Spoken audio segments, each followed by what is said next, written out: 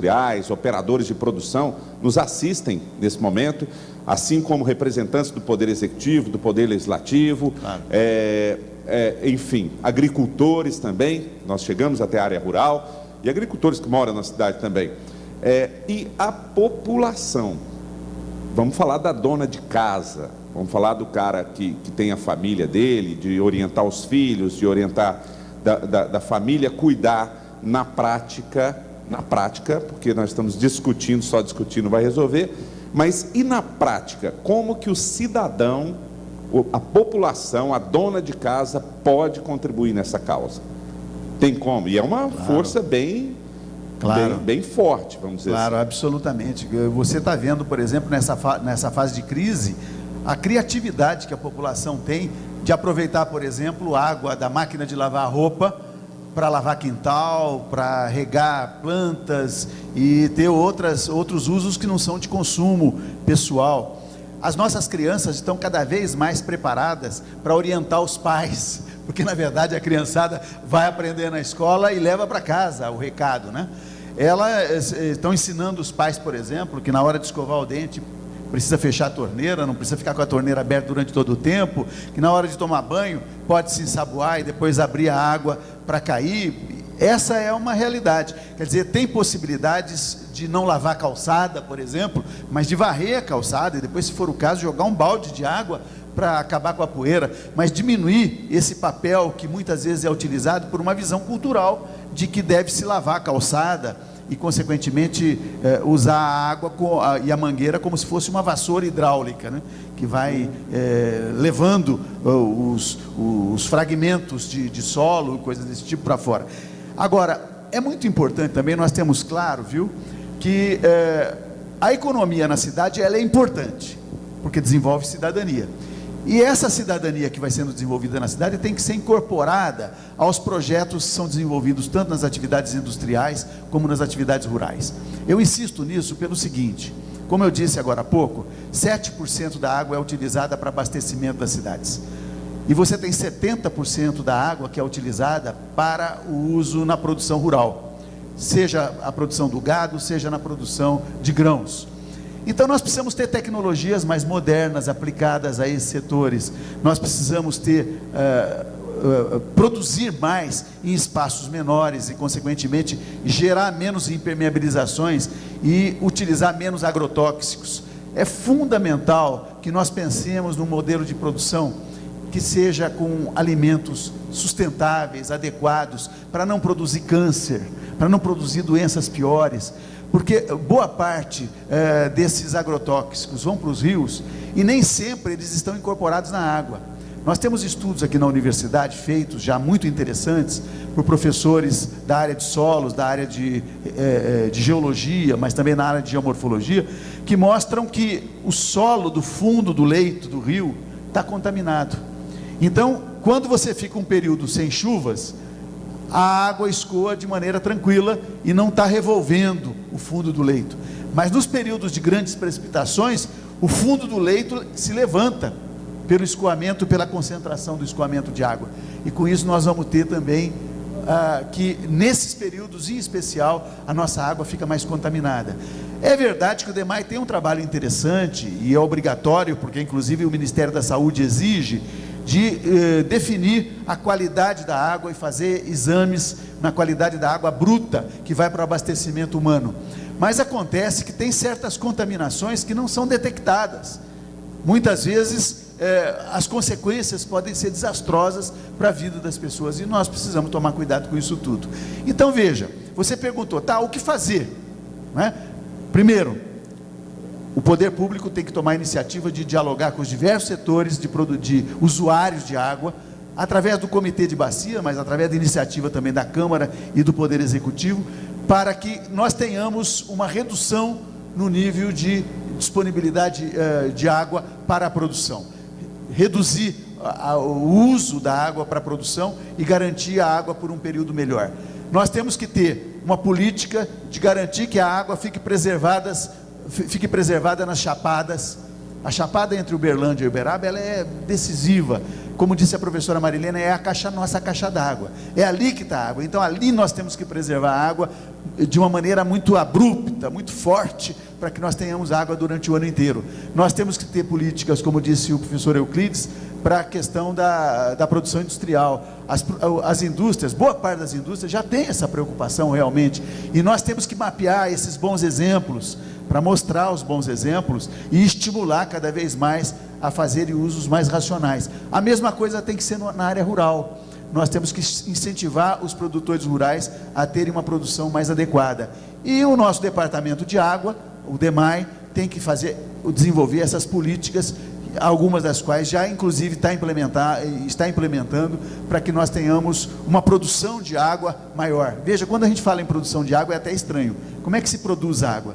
Mas se nós cuidarmos das nossas nascentes, nós vamos estar permitindo que tenha mais água. Portanto, é uma forma de cuidar. São os cuidadores das nascentes, são os cuidadores das áreas de preservação permanente. De alguma maneira, estamos produzindo água de qualidade para a nossa população.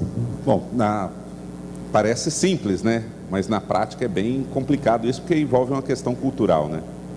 O senhor que produziu o vídeo, que esteve em contato com essas pessoas, vê que há um interesse, há a vontade, né, de buscar soluções, mas depende muito da mudança de hábito de todos, né? Com certeza. Agora, voltando um pouco à população, nós estamos percebendo que Uberlândia tem uma política aí, dessa questão da coleta seletiva de lixo, né? Então, isso é muito importante também. Então, a gente pensar em sustentabilidade, nós temos que pensar no geral, né? Então, você produzir menos lixo, você consumir menos água, você então encontrar maneiras dentro da casa de você otimizar isso aí. Então, isso a população pode ajudar, as crianças estão fazendo, como ele disse, né? Minhas filhas já chegam, fechar a torneira para poder lavar isso aqui, tem que ser diferente. A questão do reuso da água da máquina foi fundamental, e eu percebi isso em diversas residências que eu visitei. Bom, para fechar esse bloco, só um ponto, porque no terceiro bloco vai ser destinado a perguntas, e eu levantei uma informação aqui que em 2013, no ano passado, durante a 6ª Semana de Preservação e Conservação dos Recursos Hídricos, o senhor apontou um dado aqui que a média de consumo de água em Uberlândia é 47% maior do que a média nacional, né? O uberlandense parece que tem a mania de consumir mais água, esses 47%, como o senhor apontou o dado. Ainda é assim? E por que é assim?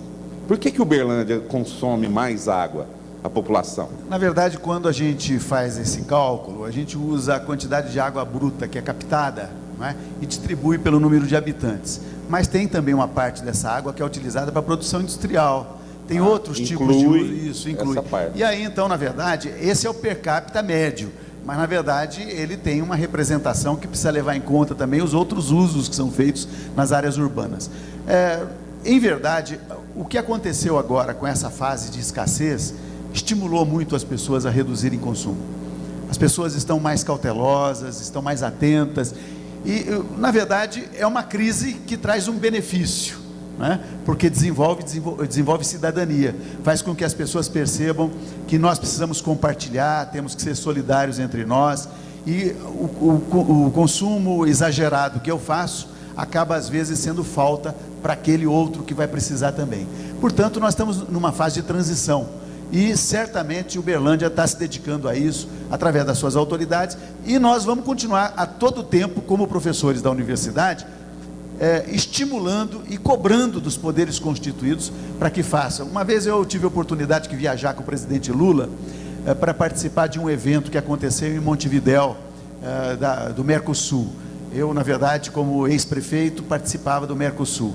E o que acontece é que o presidente Lula disse o seguinte: se vocês não nos pressionarem, os setores que querem transformações da realidade, outros setores nos pressionam.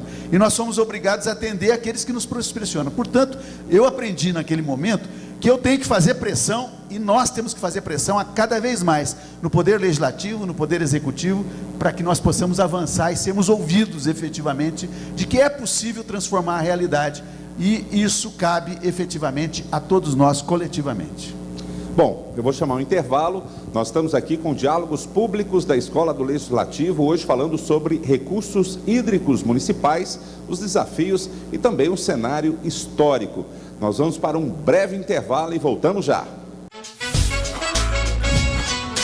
Programa Escola do Legislativo. A Câmara quer melhorar a comunicação com você. Mais qualidade, mais informação, mais cidadania.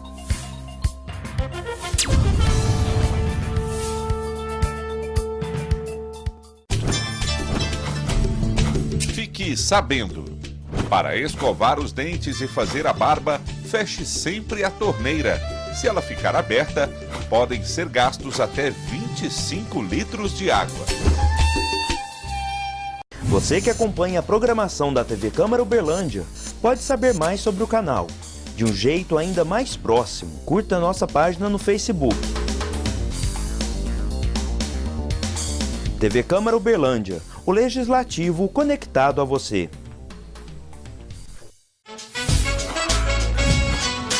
Programa Escola do Legislativo. De volta pela TV Câmara Uberlândia, ao vivo aqui do plenário Homero Santos, com participação aqui de estudantes universitários, assessores parlamentares, alguns parlamentares aí da cidade de Santa Vitória, vereadores aqui, muito obrigado pela presença, e demais interessados no assunto. Aqui comigo Cláudio Di Mauro, que é doutor em Geografia Física, professor e diretor do Instituto de Geografia da Universidade Federal de Uberlândia, e o Euclides Lima, que é doutor em Engenharia Química, que foi o proponente do vídeo, do documentário que nós assistimos aqui, o Murundu, documentário produzido na cidade de Uberlândia, que fala sobre a realidade histórica do Rio Uberaba e também a questão prática da preservação desses recursos hídricos. E agora, nesse terceiro bloco, dedicado aqui às perguntas enviadas pelos nossos convidados aqui, os participantes no plenário, primeiro aqui destinado ao doutor Cláudio. Então, doutor Cláudio, como estudioso da área de recursos hídricos, qual é a realidade atual das unidades de conservação da bacia do Uberabia, em especial do Ribeirão Bom Jardim, que é tão importante para o abastecimento de água em Uberlândia, a realidade atual? Olha, com relação a esse tema, é muito caro para mim, porque nós estamos trabalhando na universidade com esse tema e estamos nos reunindo com diversas entidades, Cidade Futura, o Instituto vinculado à Universidade Federal de Uberlândia, diversos setores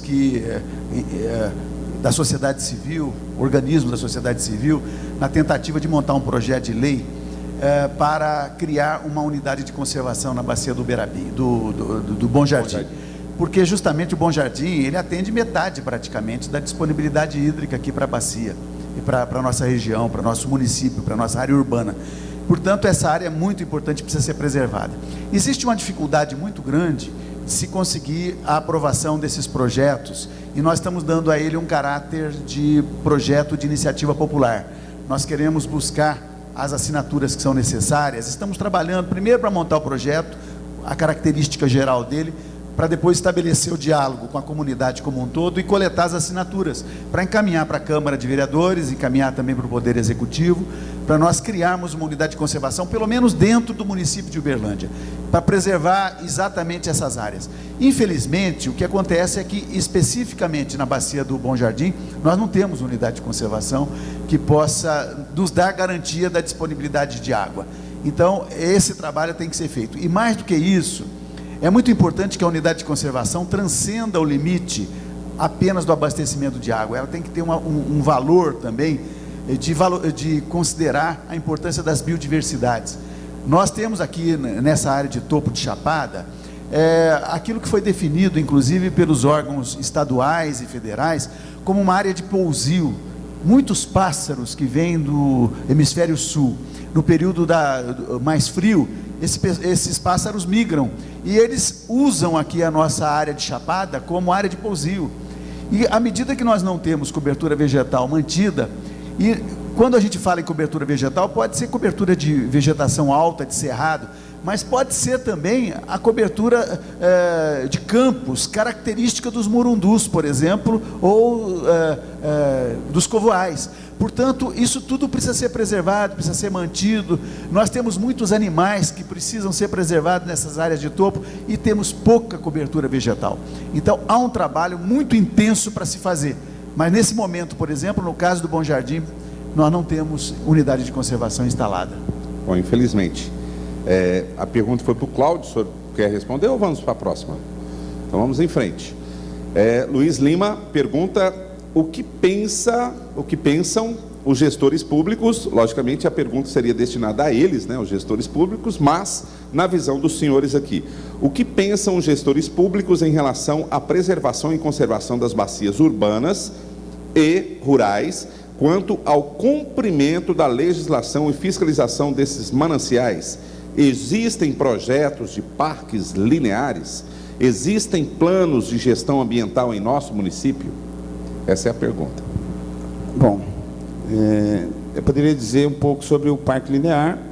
É evidente que tem um projeto, né, o próprio, a Maria Elisa, mas o Roberto, né, colocaram, e esse parque, ele não foi implementado na sua plenitude, mas existem sim projetos que vão ser implantados.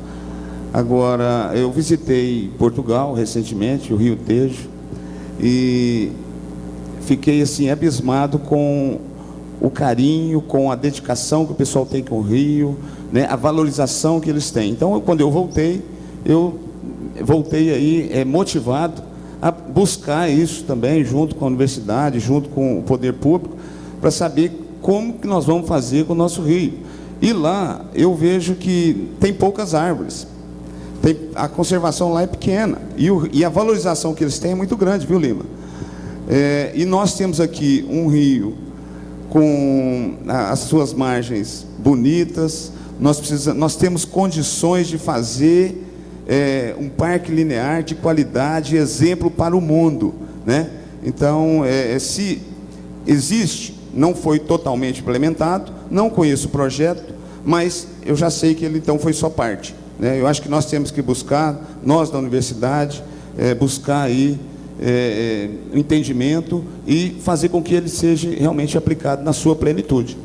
Eu queria destacar que, na verdade, Uberlândia tem sim um projeto interessante de implantação de parques lineares. O Parque Linear, por exemplo, do Berabinha, que fica lá na região da cidade de Jardim, naquela região, ele já está em processo de implantação. Ele foi implantado em parte, né? Mas como disse o Euclides, quer dizer, muitas vezes a visão é uma visão muito assim, da Quinta Avenida de Nova York, né? Então o pessoal faz aqueles parques cheios de gramíneas, quando na verdade nós temos que recuperar a cobertura vegetal, especialmente a cobertura vegetal nativa da região específica. Nós temos o Parque de Santa Luzia também, que é um parque linear, que infelizmente é no Córrego Lagoinha, que infelizmente não foi aplicado como precisaria, e está absolutamente deteriorado, precisa haver investimento de recuperação. Tem o Parque Linear do Gávea também ali, na direção do shopping e da Unitri, aquela área também tem um parque linear, que é o parque linear de um córrego muito importante. E outros parques lineares já foram criados, mas ainda não foram definidos, instalados como precisa, e para isso precisa de recursos. E Uberlândia tem um recurso que eu acho que é fundamental ser utilizado em função dos interesses dos parques lineares, que é justamente aquele da cobrança que se faz na energia elétrica, e que é uma compensação. Nós todos pagamos na energia elétrica um valor de compensação para os municípios que tiveram suas áreas ocupadas pelas represas. E Uberlândia recebe um valor significativo disso.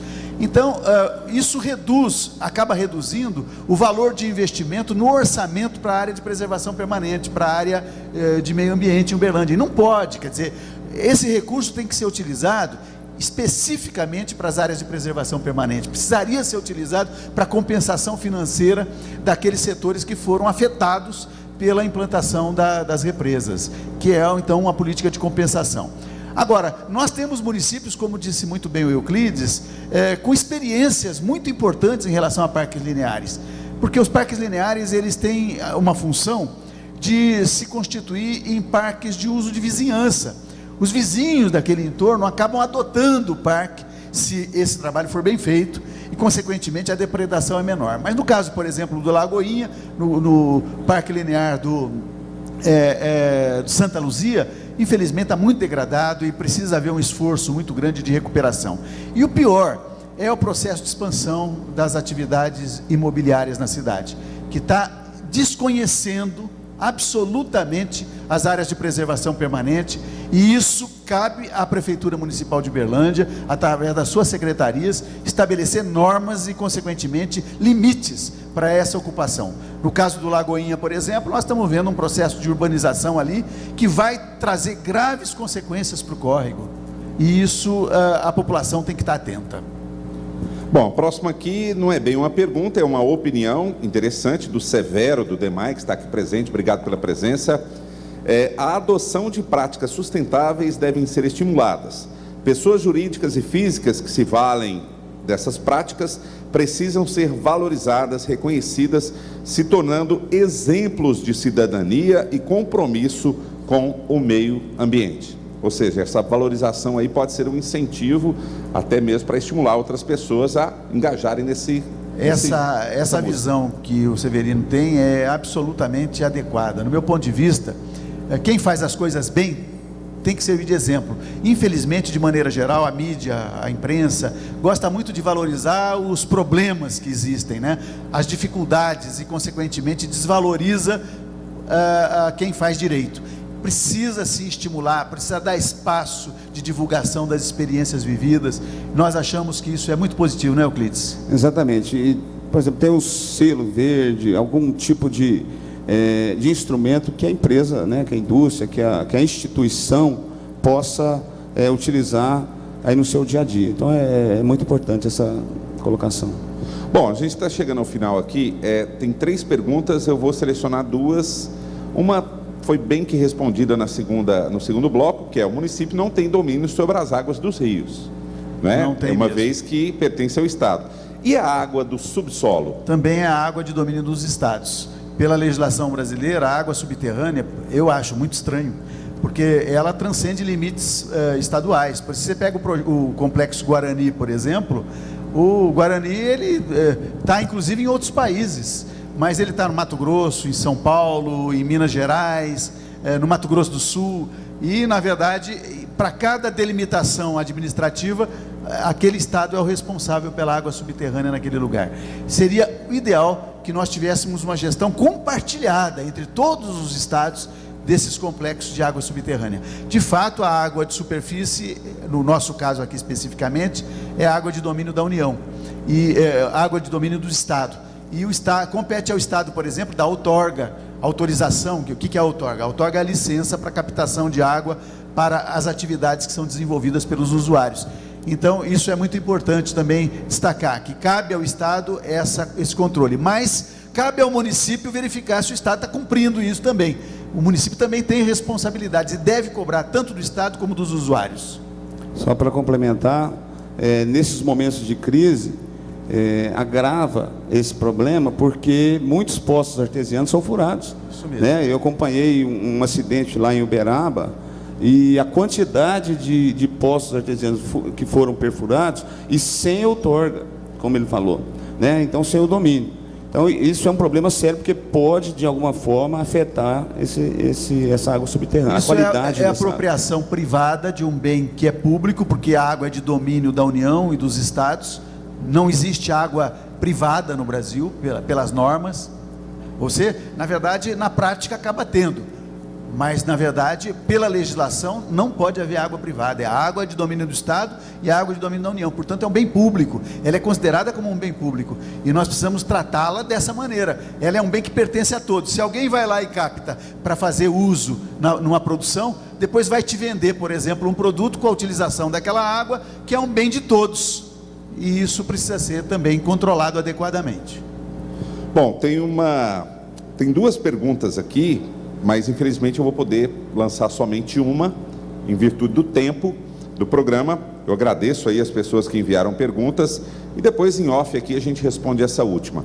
Mas uma realidade que todos nós vemos quando passamos ali no Parque do Sabiá, na Avenida Anselmo Alves dos Santos, não tem jeito, a gente olha e vê aquela água caindo daquela bica que o pessoal usa para encher caminhões-pipa, para lavar carro, enfim. É possível aproveitar a água da bica dos lagos do Parque do Sabiá, que é lançada a céu aberto na Avenida Anselmo Alves dos Santos. É possível utilizar aquela água? Você quer falar aí, Cristo? Bom, na verdade, toda a água que está na superfície pode ser aproveitada. Ela tem que ser transformada, evidentemente, tratada adequadamente.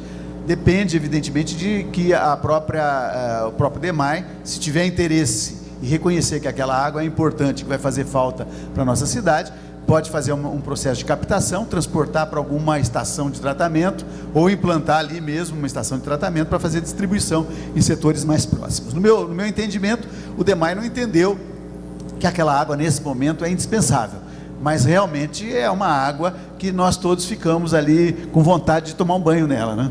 Dá vontade, ainda mais nesse calor danado, né? E o senhor, algo a complementar em relação àquela situação? Não, o aspecto visual ele é muito complicado mesmo. Então eu acho que nós temos que trabalhar assim em todos os setores desse aspecto visual, do desperdício e tudo mais. Então, aí eu sei que aquela é uma água não potável, né? Então, evidentemente que neste momento ela não está fazendo essa diferença toda. Agora, ela não é potável, mas pode ser transformada em água potável. Pode ser transportada. E eu acho que depois, diante dessa crise que nós estamos vendo, todos os setores, as escolas, né, estão sendo aí orientadas a usar melhor, a verificar se existem pontos de vazamento, desperdício. Acho que o DEMAI fez um trabalho aí de redução desse número de desperdício em função das tecnologias que tem usado para monitoramento da pressão do tubo. Então, acho redução de perdas. Redução de perdas. Então, eu acho que isso está vindo mais constante, né?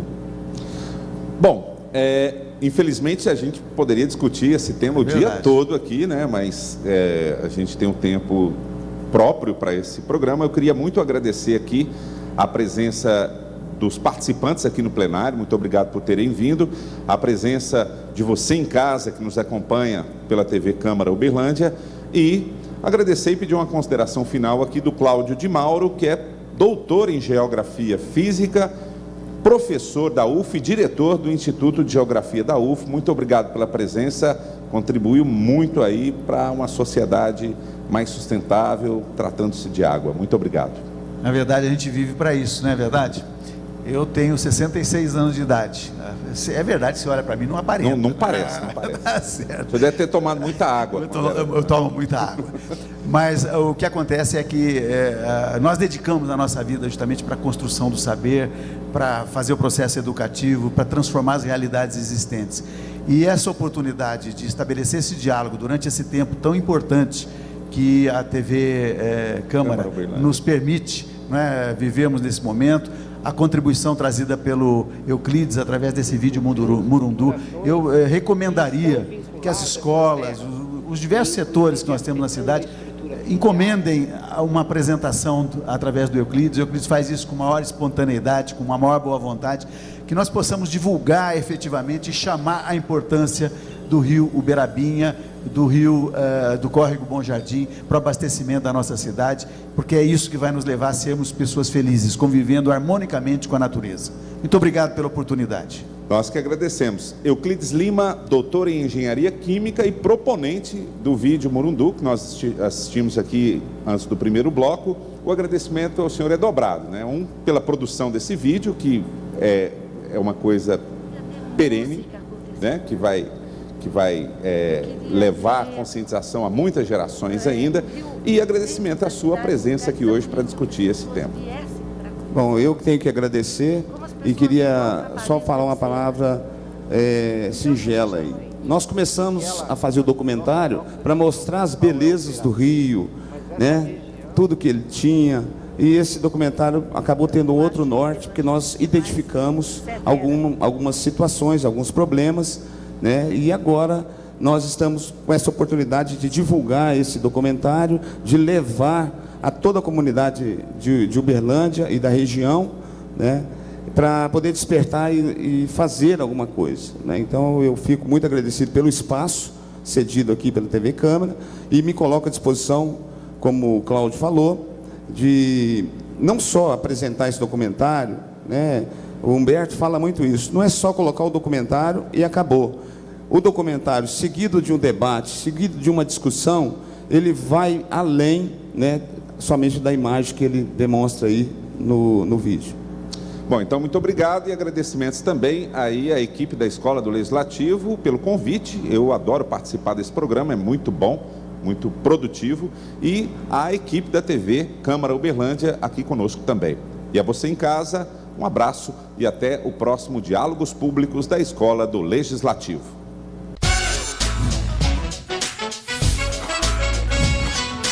Programa Escola do Legislativo.